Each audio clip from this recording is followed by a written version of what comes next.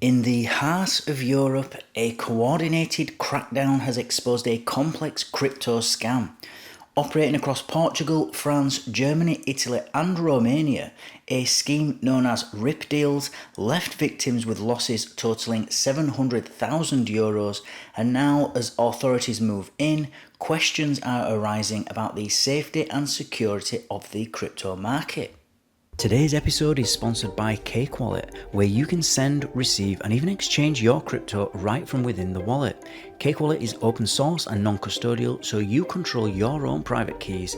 Available today on iOS, macOS, Android, and Linux. And StealthEX, a privacy-centric crypto exchange which enables you to make crypto-to-crypto exchanges anonymously.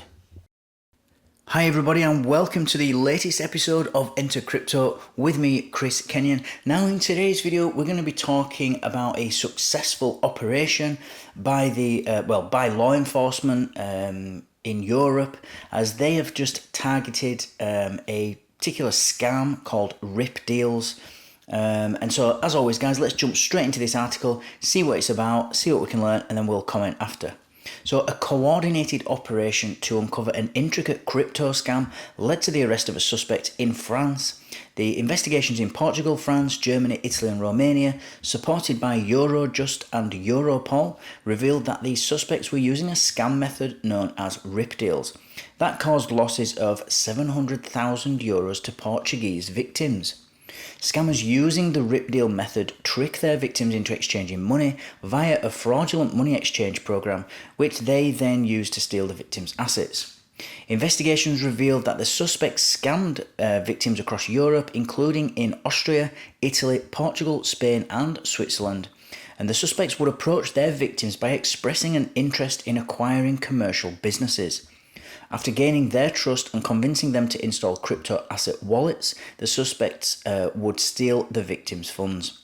In the next phase of the scam, other members of the organised crime group would launder the proceeds of the fraud by moving them through several crypto assets, and this made it difficult to trace the proceeds.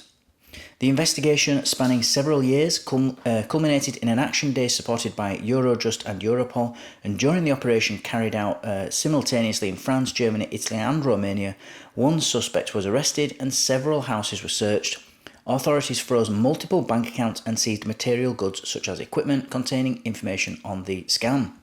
Eurojust supported the investigation by enabling cooperation between the countries involved in the operation, and the coordination meeting at Eurojust helped the authorities to exchange information and prepare for the action day.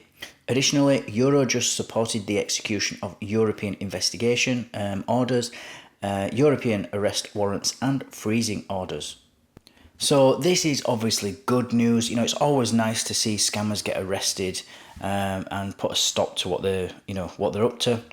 So this is a coordinated effort from multiple European countries, and eventually resulting in an arrest of only one person, which surprises me actually, considering that they've been investigating this for, as the article says, years.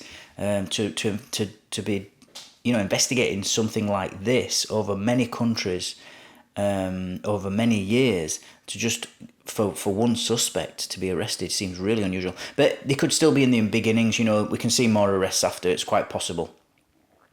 But nevertheless, Europol and Eurojust, and not just those two organisations, but the Europeans in general, will be really happy that they've managed to get this guy, just because it shows that authorities within Europe are actually actively pursuing crypto-related crimes.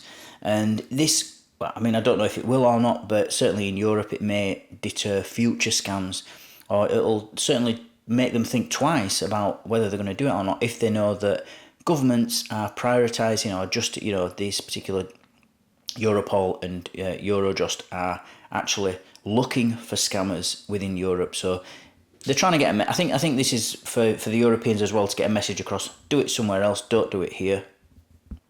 But these two organisations will be really happy with this as well, because they've played a crucial role in facilitating this cooperation between lots of different countries, 5-6 different countries, And it'll make them better. They will have enhanced their own effectiveness.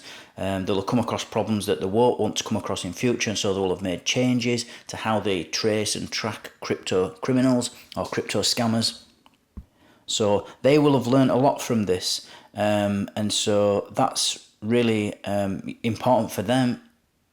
And I have no doubt that they will be sharing this with other law enforcement, like in the UK, the US, and elsewhere, maybe Australia as well, and New Zealand, places like that, so that other countries could actually learn as well.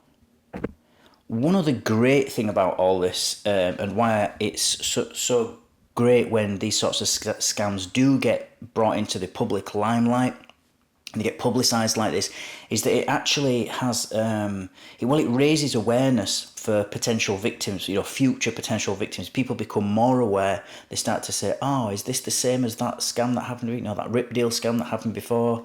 Or that, things like that. And people just become more vigilant, which is a good thing, obviously.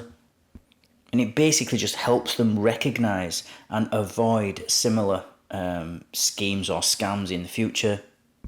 They were also able to freeze the bank accounts of the scammers. And if you notice, they didn't say that they were able to freeze any of the crypto addresses, because that wouldn't have been possible, obviously. Now, I say it's not possible, but when I say crypto, I'm really talking about Bitcoin. You can't actually freeze a Bitcoin address. There's nothing a government can do from stopping you, other than physically stopping you from sending or receiving Bitcoin. And I suppose even if they locked you up, they wouldn't be able to stop you receiving Bitcoin, because anybody can send it to your address if they know about it. But this also shows a kind of a market maturity as well for crypto, because the fact that scams are being uncovered by the regular authorities, and that they're being addressed, and they're catching people that are doing this, indicates to me a growing maturity of the crypto market. And so we're seeing this sort of increased oversight and more importantly, accountability from people. So while scams are always bad, awareness of them is always good, and certainly arresting scammers is always good. And it's nice to see the government and law enforcement doing what they're actually supposed to be doing, which is catching criminals and not creating laws and regulations to punish the rest of us who abide by the law. So good for crypto, and good for the long-term health and legitimacy of the crypto ecosystem. So that's what I've got for you today, guys. As always, thank you for watching. Thank you for listening. Don't forget to like, subscribe, and click on that notifications bell so that you don't miss out on any future updates. And I'll see you all tomorrow. Take care.